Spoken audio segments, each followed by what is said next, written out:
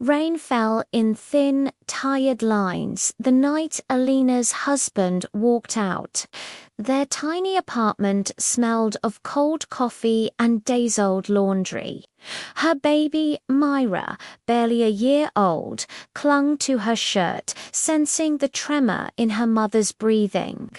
The door slammed softly, not angrily, not regretfully, just final. And that somehow hurt more.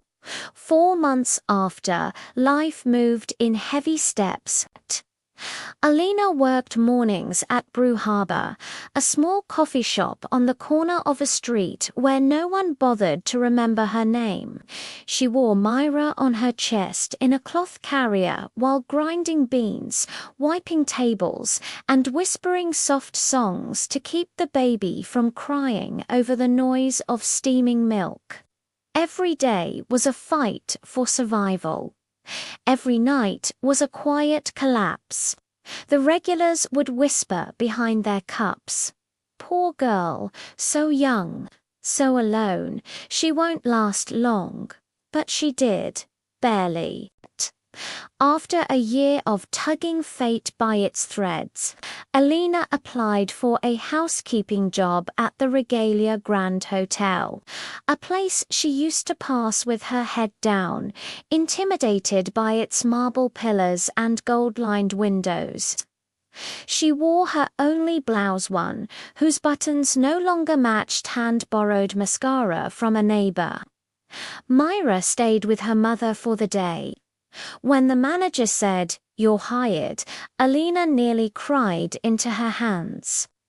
It wasn't glamorous, but it was stable. It was a glimmer of hope. The hotel was a world she did not belong to. Crystal chandeliers, polished floors, expensive perfumes that lingered like ghosts in the halls. Alina cleaned silently, efficiently, invisibly, until she met Elora Valencia. Elora was the daughter of one of the hotel's wealthiest clients, a woman of elegance, charm, and equal parts rebellion. She caught Alina in the act of folding freshly laundered sheets. "You're tiny," Elora said, eyeing her thoughtfully. I guess so, ma'am," Alina stammered. Elora grinned. "Perfect. We have the same height, same size. I need a favor." Alina blinked. "A favor?" Elora stepped closer, a flicker of panic in her eyes. "My father's friend, you know, the businessman hosting that huge birthday party tonight. He wants to introduce me to some rich man, some potential husband nonsense." She rolled her eyes dramatically. "But I refuse. So, I need someone to replace me." Alina laughed nervously, thinking it had to be a joke, but Elora did not laugh back. "You want me to pretend to be you?" Alina whispered. "Yes." Elora grabbed her hands. "Just show up, smile, eat. That's it. Please, I'll pay you. Triple your salary for a month." Alina stared, speechless. Her rent was due. Mira needed milk. And this chance, it felt like stepping inside a dream she had no business entering. "I'll do it," she said, her voice barely a whisper. Elora dragged her to her sweeter, beautiful chaos of racks of dresses, heels and jewelry scattered across the room like a boutique had exploded. "Try this. Too sparkly. That one. Too innocent. Not that. You'll trip and die." They laughed, something Alina hadn't done so freely in months. Finally, Elora held up 2 dresses, a deep sapphire gown that shimmered like a calm ocean, and a soft silver one that glowed like moonlight.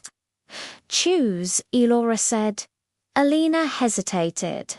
She picked the silver one. It felt like borrowing a piece of light she had long lost.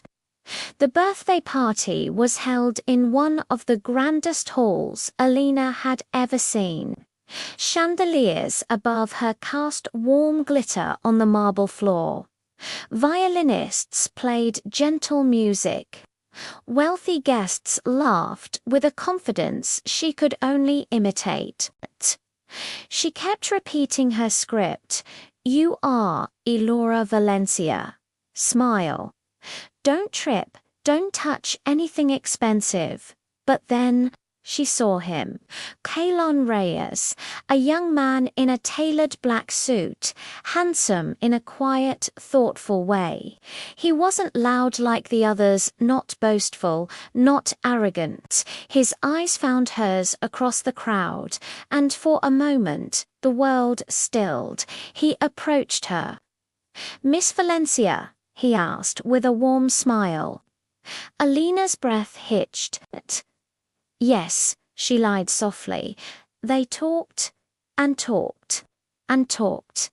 Not about money, not about business, but about their favorite books, about dreams they feared to say aloud, and about sunsets, how he loved the kind that painted the sky orange.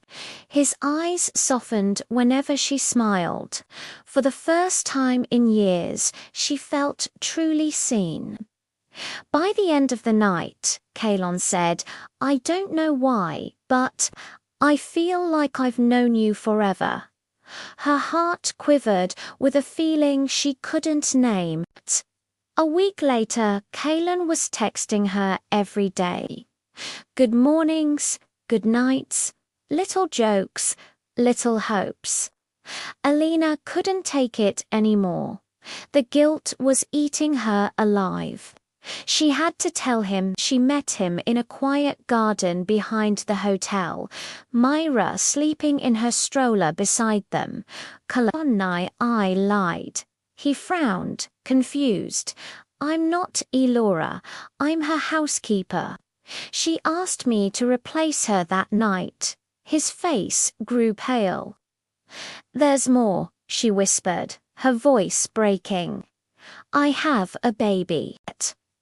I'm a single mother. I'm not rich. I'm not worthy of you." The silence that followed crushed the air from her lungs. Kalon stepped back. He ran a hand through his hair, his expression unreadable. And then he left, without a word. For days, he ignored her calls, her messages, her apologies. Alina cried into her pillow at night, holding Myra close, telling herself she was foolish to dream beyond her world. One rainy evening, as Alina finished her shift and pushed Myra's stroller out of the hotel, Kalon stood by the entrance, soaked and trembling. "Kalon," she gasped. He stepped forward, his eyes burning with emotion. "I tried to stay away," he said, his voice rough. "I tried ignoring your messages. I told myself you lied, so you don't deserve forgiveness." Alina's heart cracked, but it didn't matter. He shook his head, his gaze unwavering. None of it mattered. He looked at Myra sleeping peacefully in her stroller. "I love you," he whispered. "Your past doesn't matter. Your job doesn't matter. Your struggles don't matter. You're the woman I fell in love with, and I don't care how we met." Tears streamed down her face.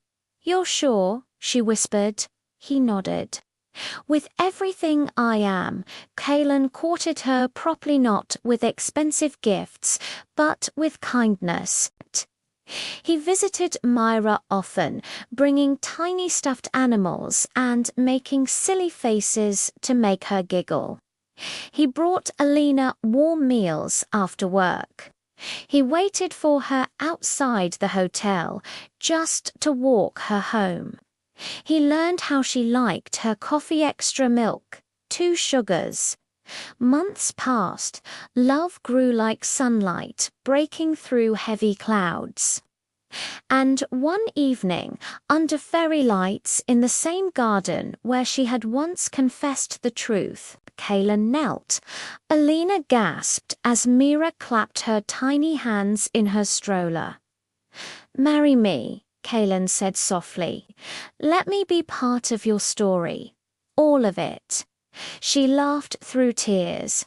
"Yes," she whispered. "Yes." Years later, Alina walked through their Homer warm sunlit space filled with laughter. Mira, now older, called Kaylin Papa without a second thought. Alina often wondered how a housekeeper pretending to be someone else ended up finding a love she didn't even dare to dream of. Maybe life wasn't always generous, but sometimes it lent you a little borrowed light, and that was enough to change everything. Thank you so much for watching. If this story touched your heart, don't forget to like and subscribe for more content just like this. See you in the next one.